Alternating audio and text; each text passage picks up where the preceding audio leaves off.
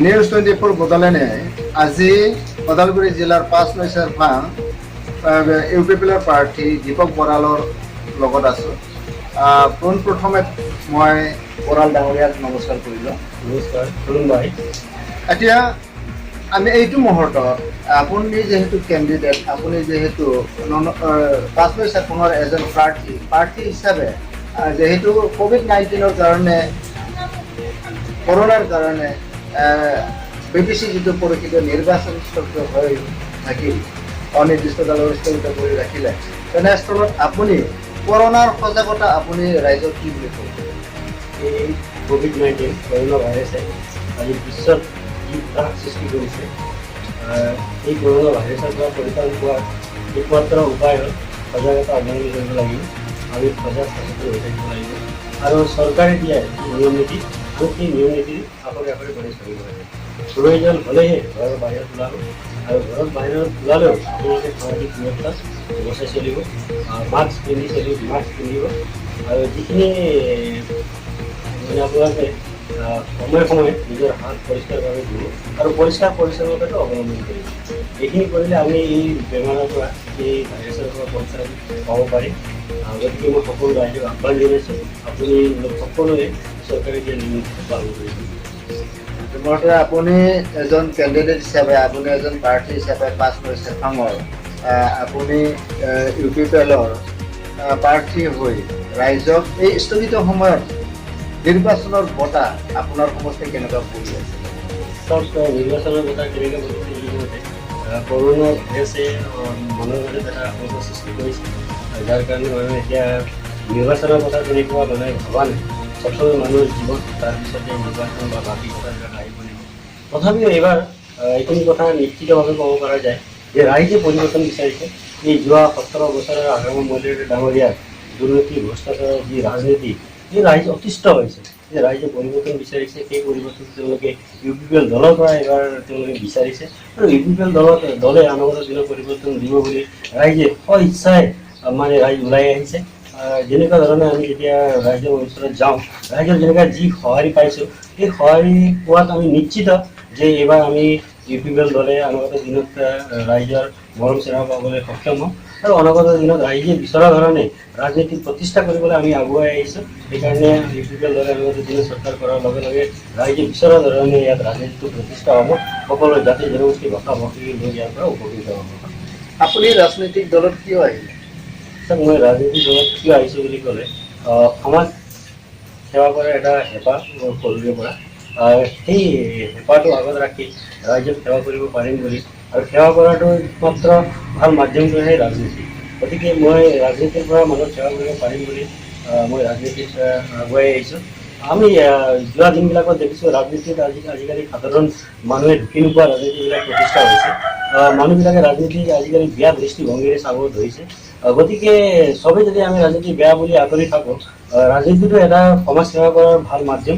সেইকাৰণে আমি অনাগত দিনত ৰাইজে বিচৰা ধৰণৰ ভাল ৰাজনীতি প্ৰতিষ্ঠা কৰিব পাৰোঁ বুলি আগুৱাই আহিছোঁ। সেইকাৰণে মই ৰাজনীতিটোৱে সমাজ সেৱাৰ ভাল মাধ্যম বুলি মই নিৰ্বাচন কৰিছোঁ। ইয়াৰ আগতে আপুনি কোনোবা এটা ৰাজনীতিত জড়িত আছিলে নেকি? হয়, মই ইয়াৰ আগত দীৰ্ঘদিন ধৰি মই অন্য এটা ৰাজনীতিক দলৰ লগত মই জড়িত আছিলোঁ। কিন্তু বৰ্তমান পৰিস্থিতি পৰিৱেশ সাপেক্ষে সেই দলবিলাকে মই নেশ্যনেল দলত জড়িত কৰিছিলোঁ।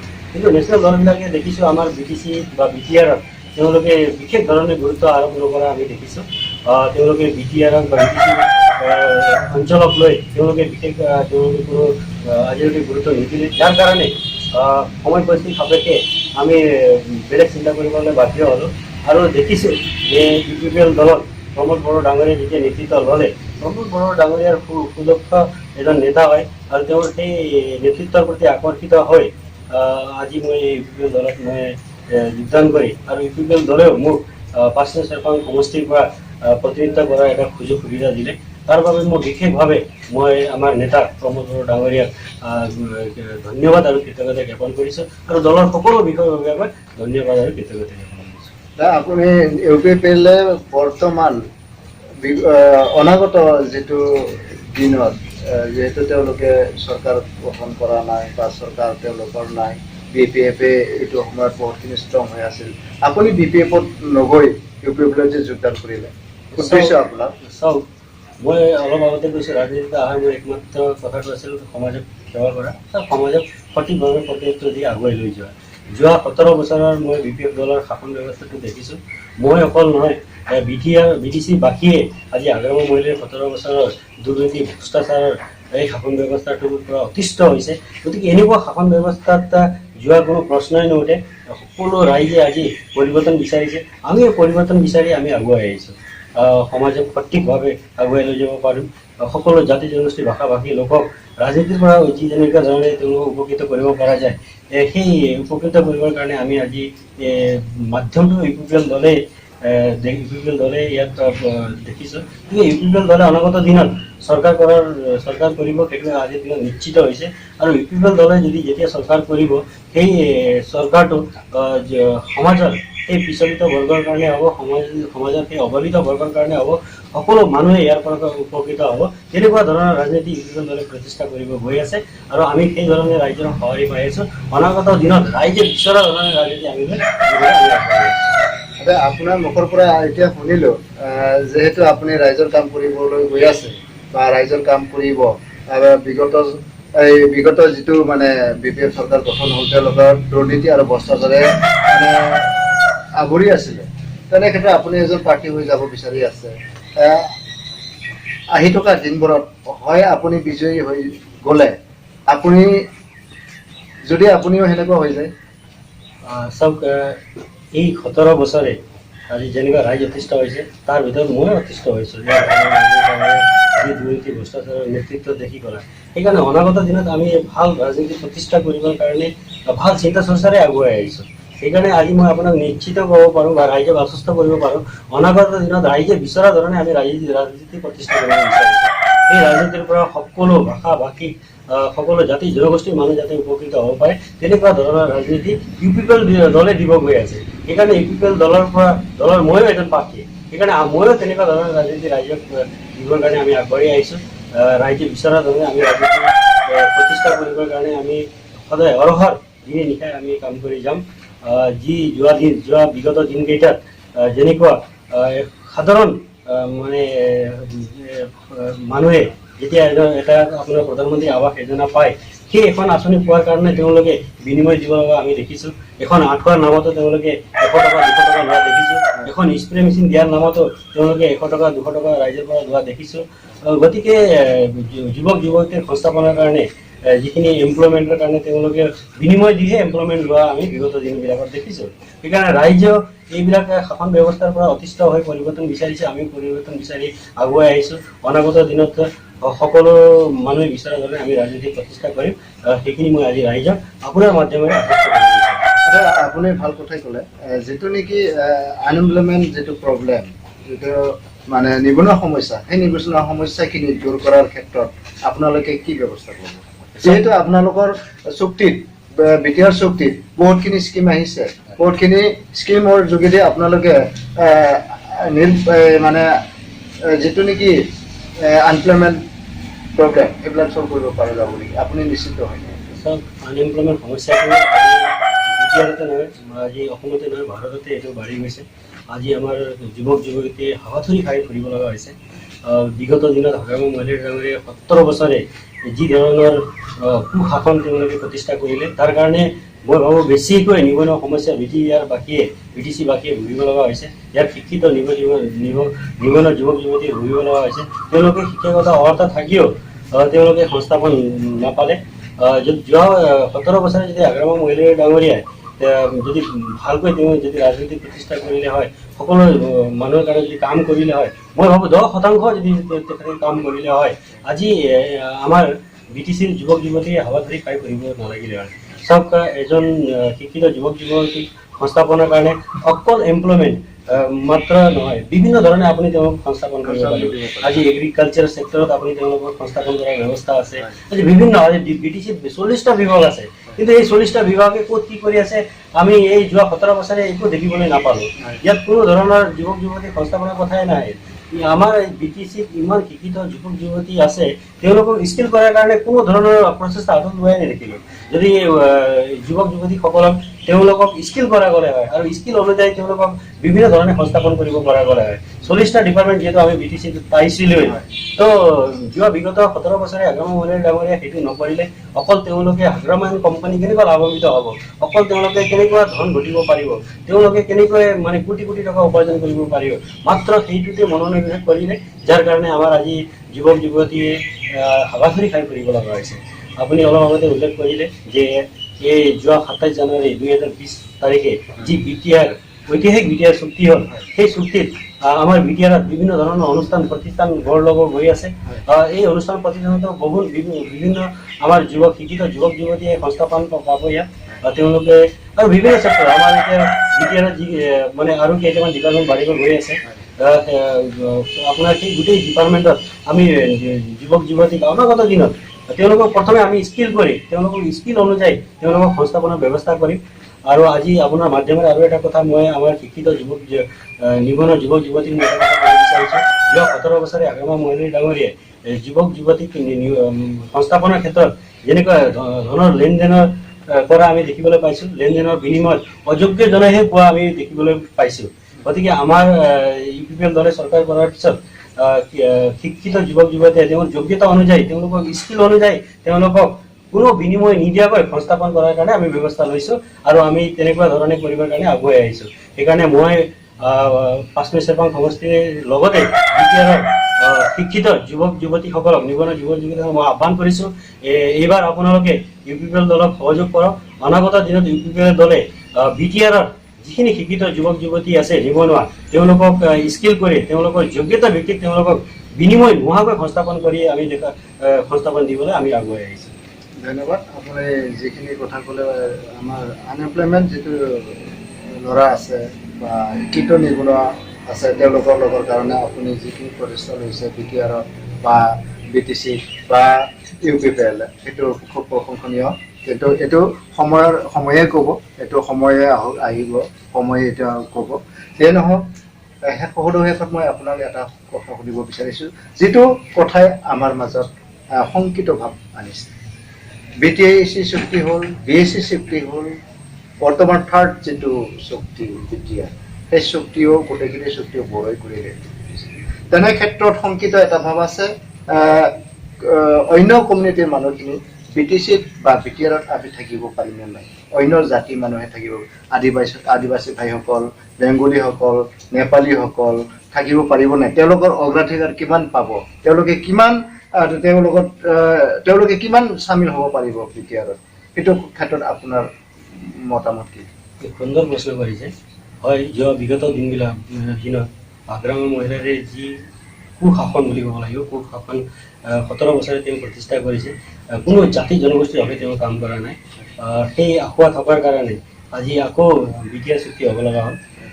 হাগ্ৰামা মহিলাৰী ডাঙৰীয়াই যোৱা বিগত দিনত BTR চুক্তিত যিখিনি কেন্দ্ৰীয় চৰকাৰৰ পৰা তেওঁ ধন পাইছিল, যদি সঠিক ব্যৱহাৰ কৰিলে হয়, আজি এই মানুহৰ মাজত এই শংকাটো নাহিলে হয়। আজি হয় বড়োৱে চুক্তি কৰিছে, কিন্তু বড়োসকলৰ ইয়াৰ পৰা বিশেষভাৱে লাভান্বিত হোৱা কিন্তু মই দেখা নাই। আৰু এইটো চুক্তি অকল বড়োৰ কাৰণে নহয়, এই চুক্তি অকল বড়োৰ কাৰণে নহয়, কিন্তু বড়ো চুক্তি কৰিছে বুলি যদি মানুহৰ ধাৰণা আছে, বড়ো চুক্তি কৰা হয়, কিন্তু বড়োৱে অকল বড়োৰ কাৰণে কৰা নাছিল। কিন্তু হাগ্ৰামা মহিলাৰী ডাঙৰীয়াৰ এই 17 বছৰৰ অপশাসনৰ কাৰণে এই আমাৰ মাজত এই শংকাৰ ভাৱটো বা ৰাইজৰ মাজত এই শংকাৰ ভাৱটো আহিছে। তেওঁ অকল কোনো জাতি জনগোষ্ঠীৰ হকে তেওঁ কাম কৰা নাই। তেওঁ যদি সকলো জাতি জনগোষ্ঠীৰ হকে কাম কৰিলে আজি এই শংকাটো আমাৰ মাজত নাহিলে হয়। আমি বিভিন্ন অঞ্চলবিলাক দেখিছোঁ, এতিয়াও বড়ো মানুহবিলাক, বড়ো মহিলাবিলাকে তেওঁলোকে শাক পাচলি বেছি তেওঁলোকৰ জীৱিকা নিৰ্বাহ কৰিব লগা হৈছে। যদি বড়োৱে চুক্তি কৰিছিল, বড়োৱে উপকৃত হ'লে এতিয়া আজি এই কথাটো আমি দেখিবলৈ নাপালো হয়। সেইকাৰণে হাগ্ৰামা মহিলাৰী ডাঙৰীয়াই কোনো জাতি জনগোষ্ঠীৰ হকে কাম কৰা নাই, সেইকাৰণে আজি ৰাইজ যথেষ্ট হৈ পৰিৱৰ্তন বিচাৰিছে। আৰু এইটো ক্ষেত্ৰত এতিয়া এটা নজৰত আপুনি পৰিছে নাই নাজানো, বৰ্তমান বড়ো চুক্তি কৰি আছে, কিন্তু ইয়াৰ আন্ধাৰত বা ইয়াৰ মূলত যে BTR বাকীসকল অকল বড়োখিনিয়েতো নহয়, বহুতখিনি জাতি জনগোষ্ঠীৰে পৰিপূৰ্ণ এটা BTR বা BTC। বড়োৱে অকল চুক্তি কৰিব লাগে, তেওঁলোকক খেতি দিব নেকি, সেইটো কথা এটা আহিছে। সেইকাৰণে মই আপোনাৰ মাধ্যমেৰে ৰাইজক সচেতন কৰিব বিচাৰিম, যি BTR ঐতিহাসিক BTR চুক্তি হৈছে, এই চুক্তিখন সকলো জাতি জনগোষ্ঠীৰ ভাষা ভাষীৰ কাৰণে এই চুক্তিখন হয়। আৰু এই চুক্তিখন যেনেধৰণে হৈছে ইয়াত যি ধৰণে অনুষ্ঠান প্ৰতিষ্ঠান আমাক দিছে হয়। তাত সকলো জাতি জনগোষ্ঠীৰ অনুষ্ঠান প্ৰতিষ্ঠান জাতি জনগোষ্ঠীৰ কাৰণে অনুষ্ঠান প্ৰতিষ্ঠান দিয়া হৈছে। সেইকাৰণে ইয়াৰ পৰা ৰাইজ আশ্বস্ত হ'ব। আমি ৰাইজক আশ্বস্ত কৰিব বিচাৰিছোঁ অনাগত দিনত যোৱা বিগত দিনবিলাকত ভুল নেতৃত্বৰ কাৰণে এই সংঘাটো আমাৰ মাজত আহিছে। অনাগত দিনত BTR প্ৰমোদ বড়ো ডাঙৰীয়াৰ নেতৃত্বত UPPL দলে শাসন কৰিব গৈ আছে আৰু প্ৰমোদ বড়ো ডাঙৰীয়াৰ নেতৃত্বত UPPL দলে শাসন কৰিলে BTR চুক্তিখন আমি আখৰে আখৰে পালন কৰিম। ইয়াত সকলো জাতি জনগোষ্ঠী ভাষা ভাষিক লোক ইয়াৰ পৰা উপকৃত হ'ব। এই BTR চুক্তিখন আমি এবাৰ আখৰে চালে আমি গম পাম ইয়াত সকলো জাতি জনগোষ্ঠীৰ কথা আছে। আৰু তাৰে এটা মই উদাহৰণ আজি প্ৰমোদ বড়ো ডাঙৰীয়াৰ নেতৃত্বত UPPL দলে প্ৰথমবাৰ নিৰ্বাচন নিৰ্বাচনত BTC নিৰ্বাচনত প্ৰতিনিধিত্ব কৰিব গৈ আছে। যোৱা 17 বছৰীয়া গ্ৰাম্য মৰ্যাদা ডাঙৰীয়া কোনো বেলেগ জাতি জনগোষ্ঠীক তেওঁলোকে প্ৰতিনিধিত্ব কৰিবৰ কাৰণে সুযোগ দি আমি দেখিবলৈ নাপালোঁ। এইবাৰ প্ৰমোদ বড়ো ডাঙৰীয়াৰ নেতৃত্বত যি আমি নিৰ্বাচন অৱতীৰ্ণ হ'বলৈ গৈ আছোঁ, সেই নিৰ্বাচনত মই আজি গোৰ্খা সম্প্ৰদায়ৰ লোক হয়, আজি গোৰ্খাক প্ৰতিনিধিত্ব কৰিব দুটা কনষ্টিটুৱেঞ্চিত আমাক গোৰ্খাক প্ৰতিনিধিত্ব কৰিবৰ কাৰণে তেওঁ সুযোগ দিছে। মাইনৰিটি ভাইসকলকো তেওঁ প্ৰতিনিধিত্ব কৰিবৰ কাৰণে সুযোগ দিছে। বিগত দিনত আমি এইবিলাক দেখিবলৈ পোৱা নাছিলোঁ। আৰু ইয়াত এতিয়া আমাৰ বিৰোধী দলসকলে তেওঁলোকে 17 বছৰে ৰাইজক ভালকৈ প্ৰতিনিধিত্ব নকৰিলে, কাম কাজ নকৰিলে। আজি তেওঁলোকে ৰাইজক বিভিন্ন কথাৰে আওয়া ভৰা কথাবিলাক কৈ আছে যে এই BTR চুক্তিত অন্য জাতি জনগোষ্ঠীৰ কাৰণে একো নহয় বা অন্য জাতি জনগোষ্ঠী ইয়াৰ পৰা উপকৃত নহয় বুলি ক'ব খুজিছে। এইবিলাক তেওঁলোকে ৰাজনৈতিক প্ৰপাগাণ্ডা তেওঁলোকে আৰম্ভ কৰিছে। মই ৰাইজক আশ্বস্ত কৰিব বিচাৰিছোঁ অনাগত দিনত ৰাইজে সকলো জাতি জনগোষ্ঠীৰ ভাষা ভাষী ইয়াৰ পৰা উপকৃত হ'ব। আৰু ইয়াত বিশেষকৈ মাটিৰ সমস্যা আমি বিগত 17 বছৰে যি ভুগি আহিছোঁ। আজি মানে বাপেকৰ মাটি পুতেকৰ নামত হস্তান্তৰ নহয়। আজি আপুনি মাটি হস্তান্তৰ কৰিবৰ কাৰণে যেতিয়া আপুনি চাৰ্কল অফিচত যাব, পাৰ্মিশ্যনৰ কাৰণে আপোনাৰ কোকৰাঝাৰ পঠাই আমি কথাবিলাক দেখিবলৈ পাইছোঁ। কোকৰাঝাৰ যে পঠাই পাৰ্মিশ্যনৰ নামত তাত এটা ফাইল এটা টেবুলৰ পৰা অন্য এটা টেবুলত যোৱাৰ নামত তেওঁলোকে বিনিময় লয়। বিনিময় নোহোৱাকৈ কোনো কাম নকৰিলে। এই যে হাগ্ৰামৰ মহিলাৰ এই 17 বছৰৰ অপশাসনটোত মানে কোনো ধৰণৰ কাম নহ'ল। সেইকাৰণে অনাগত দিনত প্ৰমোদ বড়ো ডাঙৰীয়াৰ নেতৃত্বত প্ৰমোদ বড়ো ডাঙৰীয়াই কৈছে যে BTR সকলো জাতি জনগোষ্ঠী ভাষা ভাষী লোকক 32 লক্ষ জনগণৰ কাম কৰিবৰ কাৰণে আহিছে। আৰু আমি অনাগত দিনত UPPL দলে যেতিয়া আমি শাসন ব্যৱস্থা প্ৰণালী চলাম, আমি এনেকুৱা শাসন ব্যৱস্থা প্ৰণালী চলাব বিচাৰিছোঁ যাত নেকি সকলো জাতি জনগোষ্ঠী ভাষা ভাষী লোকে ইয়াৰ পৰা উপকৃত হ'ব যাতে পাৰে।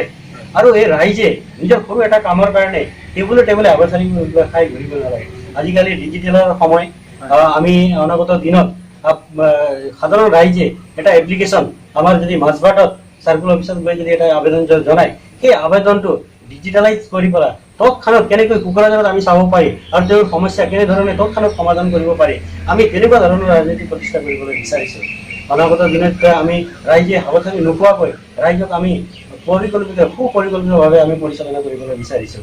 আৰু ৰাইজে যেনেকুৱা বিচাৰিছে তেওঁলোকৰ যি কাম কাজবিলাক নিয়াৰিকৈ হওক, আমি তেনেকৈ নিয়াৰিকৈ কাম কাজবিলাক মানে অনাগত দিনত পৰিচালনা কৰিবলৈ বিচাৰিছোঁ। আৰু আজি আপোনাৰ মাধ্যমেৰে ৰাইজক আৰু এটা কথা ক'ব বিচাৰিছোঁ যে যোৱা বিগত দিনত NG NREGAৰ নামতে অবাধ দুৰ্নীতি লুণ্ঠন ইয়াত হোৱা আমি দেখিছোঁ। আজি আপুনি গাঁৱে ভূঞে আমি যেতিয়া যাওঁ ডাঙৰ ডাঙৰ ফলক দেখা পাব, কোটি কোটি টকাৰ আঁচনি তাত চেঞ্চন হোৱা আমি দেখা পাইছোঁ। কিন্তু ইমপ্লিমেণ্টৰ ক্ষেত্ৰত 1% তাত ইমপ্লিমেণ্ট হোৱা আমি দেখা নাই। আমাৰ জনপ্ৰতিনিধিবিলাকে কোনোদিন সেইবিলাক কাম কাজ গুৰুত্ব নিদিয়ে যে তেওঁলোকে কাম কাজবিলাক সুপৰিচালিতভাৱে পৰিচালনা হৈছে নে নাই, তেওঁলোকে কোনোদিন তদাৰকেই নকৰিলে।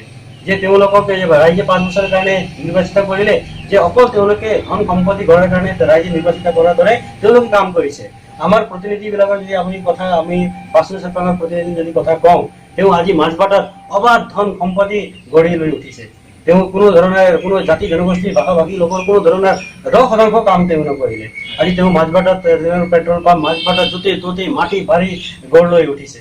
গতিকে জনপ্ৰতিনিধি যদি ৰাইজৰ কাম নকৰি নিজৰ খা সম্পত্তি যদি মানে গঢ় ল'বলৈ নিজৰ খা সম্পত্তি কেনেকৈ বঢ়াব পাৰি তেনেকুৱা ধৰণৰ যদি কাম কৰে, নিশ্চয় আজি সৰু এটা আপুনি প্ৰধানমন্ত্ৰী আৱাস যোজনা পাবৰ কাৰণে যি 10,000-15,000 টকা বিনিময় দিব লাগে, আমাৰ দিনত UPPL দলৰ চৰকাৰৰ দিনত আপুনি 1 পইচাও নিদিয়াকৈ আপুনি প্ৰধানমন্ত্ৰী আৱাস যোজনা, বৃদ্ধ পেঞ্চন, বিধৱা পেঞ্চন, NREGAৰ যি জব কাৰ্ডত কোটি কোটি টকা মানুহে দুৰ্নীতি কৰিছে, আপোনাৰ জব কাৰ্ড আছে, আপুনি কাম কৰিছে, আপোনাৰ টকা কোনোবাই ওলাই লৈ গৈছে, আপুনি গমেই নাপায়।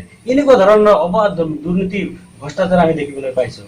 মই চৰম দুৰ্নীতি অৱস্থা তাৰমানে একদম সীমা নাই, সীমা চেৰাই গৈছে। সেইকাৰণে আজি ৰাইজে স্ব ইচ্ছাই পৰিৱৰ্তনৰ কাৰণে ওলাই আহিছে আৰু অনাগত দিনত আমি ৰাইজে বিচৰা ধৰণৰ ৰাজনীতি প্ৰতিষ্ঠা কৰিব বিচাৰিছোঁ। ইয়াত শিক্ষিত যুৱক যুৱতীসকলেও নিবনুৱা এমপ্লয়মেণ্টৰ ক্ষেত্ৰত আবাথৰি খাই কৰিব নালাগে। আমি কোনো বিনিময় নোহোৱাকৈ তেওঁলোকক যোগ্যতা ভিত্তিক আমি এমপ্লয়মেণ্ট ব্যৱস্থা কৰিবলৈ আমি আগুৱাই গৈছোঁ আৰু কোনো বিনিময় নোহোৱাকৈ মানুহে যিখিনি সা সুবিধা পাব লাগে সেই সা সুবিধা আমি দিবলৈ আগুৱাই আহিছোঁ।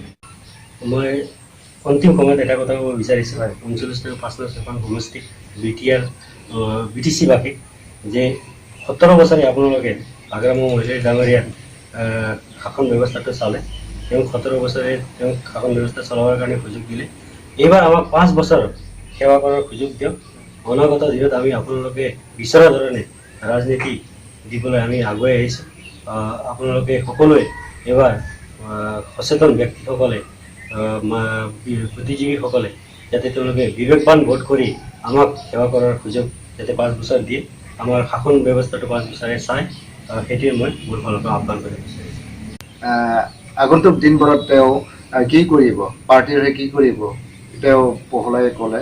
যিয়ে নহওক, এই অকণমান সময় আপুনি মোক দিয়াৰ কাৰণে আপোনাক ধন্যবাদ যাচিছোঁ। মই ইয়াৰ যোগেদি সকলো ৰাইজক বাসী বা 5 চেৰফাংবাসীক মই আহ্বান কৰিব বিচাৰিছোঁ। অনাগত যিটো দিন আহিব, যিটো আহি আছে পৰৱৰ্তী দিনখিনি, BTC ইলেকশ্যনত তেখেত দীপক বৰান, তেখেত হ'ল UPPL পাৰ্টিৰ এজন প্ৰাৰ্থী হিচাপে তেখেতে সকলো কাম কৰি যাব। সেয়েহে সকলো জনগোষ্ঠীক, সকলো জাতি ধৰ্ম বৰ্ণ নিৰ্বিশেষে তেখেতক জয়যুক্ত কৰাই UPPL-ত বা ট্ৰেক্টৰ ছবিত ভোট দি জয়যুক্ত কৰিবৰ কাৰণে মোৰ ফালৰ পৰা আহ্বান থাকিল। লগতে তেখেতৰ দীৰ্ঘায়ু কামনা কৰিলোঁ আৰু জয়ৰ শংকা যাতে আহে, জয়ৰ শংকা যাতে আপুনি বজাব পাৰে সেইটো আশা কৰিলোঁ। ধন্যবাদ।